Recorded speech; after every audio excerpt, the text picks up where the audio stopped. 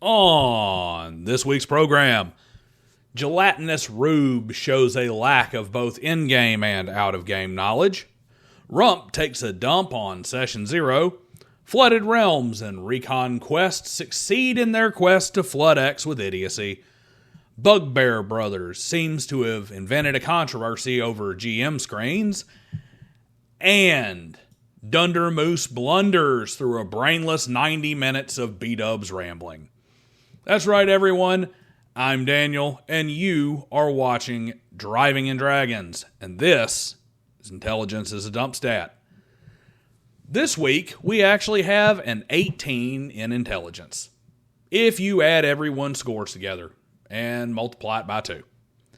While you're here, like the video by hitting that little thumbs up button, then tap the little curved arrow to share a link to your social media pages. Then scroll down to leave your thoughts in the comments, and if you're really liking what you see, find the link to my Patreon in the description and throw a couple of bucks into the car restoration fund. You might win a car, but at the very least you can use your very best Leonardo DiCaprio pointing meme one day when you see the parts you paid for go on the channel project car. So, let's check out the results from this week's edition of TTRPG IQ Limbo. First up, it's the generally unlikable smart-ass man-child of the Bro SR, Gelatinous Rube. I can't confirm this myself, but I've heard tell that even the Bro SR barely tolerates Rube because he is a classic example of, and you ruined it. That guy who just has the social graces of a kick in the nuts. The guy who sees you stuff a Christmas tree in your buddy's car as a prank and then decides, you know what would be even funnier? Set his car on fire and then call him a little bitch for getting angry. So what happened with the Rube? Well, he had a situation that he claims came up in his 1-to-1 time game that is one of the common issues cited against the timekeeping practice. Two groups are arriving at the same dungeon around the same time, and the group that is further ahead in the timeline is actually playing their game session second. Group 1 is on September 3rd and plays Tuesday. Group 2 is on September 1st but doesn't play till Wednesday. So Group 1 is playing in the same dungeon that Group 2 arrived at a day before, before Group 2 actually gets to play. Got it? Good. So Rube announces his great success. Literally not a single problem. Players, yeah, the other characters are going up, so we'll go down. Easier to cover more ground and more loot. Against my better judgment, I actually replied and I pointed out, so they metagamed. It is important to note that not all metagaming is bad. Some is, in fact, good. Generally, the use of out-of-game knowledge is not good gameplay, particularly when it's in the form of a character making decisions based entirely on information that only exists outside a game. But it isn't that Rube and his Moron squad argued against that it wasn't metagaming. They admitted that it was metagaming. It was that they displayed a complete lack of understanding about metagaming, specifically by pretending that the term meta only has one definition and that there aren't numerous ways to use that word. For his part, Rube did his normal thing where he has no intelligent response and essentially puts his fingers in his ears and yells, "We're better than you," and "boomer" over and over again as if saying something wrong repeatedly will magically make it right. His buddy Andrew, however, lays out the most effective tactic available. META. If you're not metagaming, you're not playing correctly. As if this is some kind of gotcha and that it isn't just video gaming your way through a tabletop role-playing game. However, as intelligent and well-read subscribers of this channel, I'm sure you've all noticed the immediate failure to understand terms via context here. Meta, as I used it in my comment, and as Gelatinous Numbskull's players used it, is not meta, the acronym. It's the actual English prefix derived from the Greek term for with, across, or after. That means, among other things, denoting something of a higher or second order. This is not using the most effective tactic. It is using resources completely unavailable to the characters themselves and is a disruption of the game. The players are a higher order than their characters. They exist outside the game universe. The argument can be made here that it is good metagaming, along the lines of a naturally suspicious character simply accepting the company of a stranger just because the player of said character knows that the stranger is another player's character, and we all want to get the party formed, and I would agree with that. I would agree that this is a good metagaming. Rube's defensiveness simply showed that he not only recognizes it was metagaming, but lacks the understanding of the game to just say, so what? Some metagaming is not only good play, it's necessary. Then Andrew's response showed that he doesn't even understand that there is a definition of meta outside of the acronym used largely in MMORPG video games. That's the Bro SR for you, folks. They display fundamental flaws in their understanding of TTRPGs in the very same sentences where they tell you that they are superior and have vast stores of knowledge and understanding about running games correctly that you don't. They should just rename themselves Dunning-Kruger and Dragons. Following the theme of idiotic Bro SR comments, Rump DM almost makes a good point and then totally misses it. One of those correct conclusions from incorrect reasoning things. Rump posted that Session 0 bashing comes from the trend of D&D advice from the start of 5e. And if he stopped right there, he would be correct. Session 0 was utterly uncontroversial, really until modern D&D decided to lump it in with safety tools as an attempt to legitimize the safety tool garbage. We all did it. We all have had versions of Session 0 that we have used going all the way back to the proto game. So what did Rump pull out of his rump to make this correct statement idiotic? Well, the rest of his quote was, advice from the start of 5e that suggested you literally have to have a Session 0 where you got together in person to not play D&D and instead talk about playing the game. Just start playing the game. Since I already explained the correct rationale behind the correct portion of his comment, let's now address the utter stupidity of his reasoning. Just start playing. The issue with Session 0 is that getting together in person to set up the game prior to playing. That's the problem. Yes, you can have Session 0 exist as a series of individual conversations between the DM and players, but just like any other kind of organizational meeting, it's far more effective and efficient when everyone is together in the same room at the same time to discuss the topic. A 20-minute Session 0 as a group accomplishes more than 2 hours of individual Session 0s, especially when you're doing it with a new group. And just start playing the game is a great way to have a disastrous clusterfuck of nonsense where people show up with alignments and motivations across the spectrum, built-in character conflicts, and use various variant and alternative rules that break the game. Nothing like Jimbo the prankster illusionist who takes nothing serious and dances around with a parasol and a Technicolor coat to show up to your gritty, down-to-earth war campaign where you're trying to explore the stress and human misery of the trenches. The blind squirrel found an acorn this time, folks. But then he told everyone that it was because dry humping the toaster is a great way to get roasted nuts.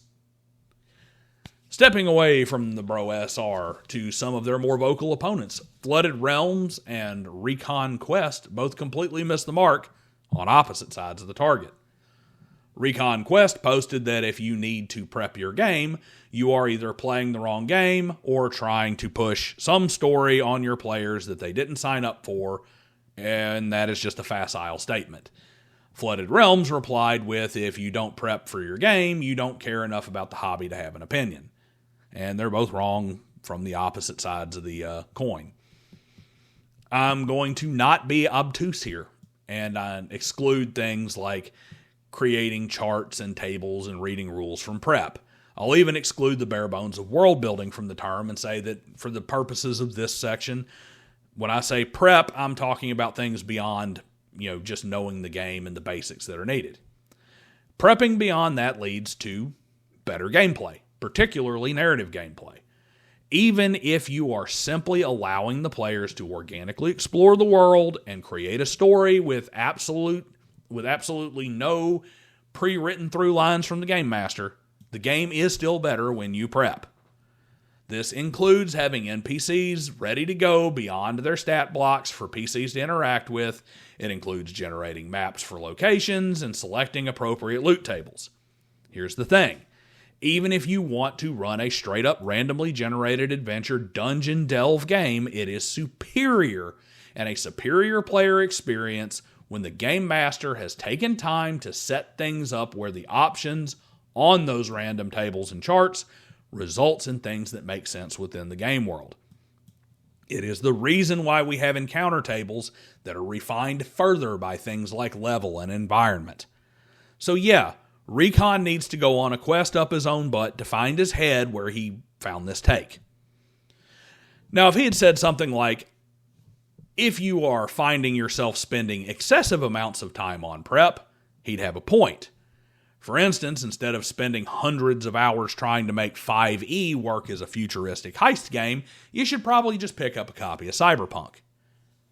Now, for Flooded Realms and the knee-jerk overreaction of if you don't prep for your game, you don't care enough about the hobby to have an opinion, this is just an incredibly idiotic argument for anything, not just TTRPGs. Once again, setting aside the assumption that basic game requirements are quote-unquote prep, there are several styles of play where minimalist prep is perfectly suited and even preferable in some cases. Ignoring things like dungeon delves and hex crawls, a narrative game where the goal is random whimsy, or even a serious narrative session where the PCs are in a chaotic alternative universe or a plane of existence ruled by chaos, that can greatly benefit from a lack of GM prep. Just because it ensures a greater degree of randomness that is organic and natural and not tried to be manufactured. However, you don't even need responses like that to show the failure of that reply. How much you care or don't care, let alone how you choose to play, is completely irrelevant to the validity of an opinion. I could not give the first damn about women's basketball if I tried. But if I tell you that without Caitlin Clark, no one would even be able to name a WNBA team, or that Angel Reese is statistically trash, particularly when you factor out the rebounds that she gets from her own missed layups, those are not baseless opinions with no standing just because I don't care about women's basketball. This is the same stupidity that you see from the Bro SR. You don't play the way I prefer, so nothing you say is of any merit. Bugbear Brothers used his paid space on X to do one of my least favorite things this week. He posted one of those controversies that fall under the things that didn't happen for 1,000 Alex category. Now, just to appease the autists in the audience here, I'm certain that someone somewhere had this argument at some point. That isn't the point. What matters is that this is definitely not a debate of any significance, and if the OGGM mentioned it, he wouldn't even get to use his Wheel of Irrelevant TTRPG argument stick on it. Apparently, the use of GM screens has been controversial since 1979. That's right. Anti-screeners screech that they separate you from the players and foster a distrustful DM versus player atmosphere, and pro-screeners yell that it is handy for concealing maps and notes and minis and can help reduce time looking up rules because of quick references printed on the inside. He then used this to advise GMs not to underestimate the value of artwork on the outside of the screen to help reinforce the theme of the game as players spend so much time looking at it. I don't know if he's getting ready to start shilling custom game screens or something, but this is not a serious debate anyone has ever had, and in the era of Discord games and VTTs, it's even more irrelevant than ever. And you got GMs out there running games in holy tighty-whities covered in spilled Mountain Dew and Cheeto dust, with players none the wiser. Ain't nobody worried about no damn screen. Even in the old days, the closest you ever got to a complaint about GM screens was just the roll in the open crowd. And you know how that got fixed? The dungeon master set his dice tray to the side of the screen where the players could see the rolls. Utterly brainless bullshit from the Bugbear brothers. They rolled a natural one on their intelligence check right out there in the open. And that brings us to this week's big finale. Dundermoose, a Bro SR commentator I actually like, hosted B-Dubs, self-proclaimed leader of the Bro SR and patient zero for their particular flavor of TTRPG cancer. They went on for an hour and a half and delivered roughly 57 seconds of meaningful dialogue in what I can only characterize as what would happen if Condor DM wrote a script for a Bro SR Total Nonstop Bronstein infomercial. Seriously, I kept waiting for B-Dubs to exclaim, "But wait, there's more!" Instead, it was just a litany of them selling other people's ideas as if they were their own ideas and totally transformed them, pretending that they are solely responsible for anyone deciding to use rules that have existed for 50 years as if no one else had access to the same material, and repeatedly telling people that they should simply stop playing altogether unless they play exactly the way the Bro SR tells them to play the specific games that they recommend. For instance, B-Dubs made a big deal about how they renamed session reports as after-action reports, as if it was some kind of revolutionary improvement and not just changing the name to make it sound a little better. Or calling anyone who disagrees with them ankle biters, as if the Bro SR is some kind of giant. It is the most eye-rolling Napoleon complex that I've ever seen in the gaming universe. One of the shortest midgets in TTRPGs, acting as if normal people are small enough to bite at their ankles. Basically, if you ever attempted to decipher the profusely idiotic word vomit that is B-Dub's X history, this was essentially 90 minutes of that in audio form, wrapped around a bad 2 a.m. ShamWow sales pitch for a PDF that they can't even give away in numbers that one would call a success. I guess now we all just sit around waiting for B-Dubs to get arrested after slap-chopping a stripper for biting his tongue. And that's about all I can take for this week, guys. Don't forget to like, share, and subscribe. It's 2 seconds of your time that's incredibly important to the channel. And I'll see you guys next time.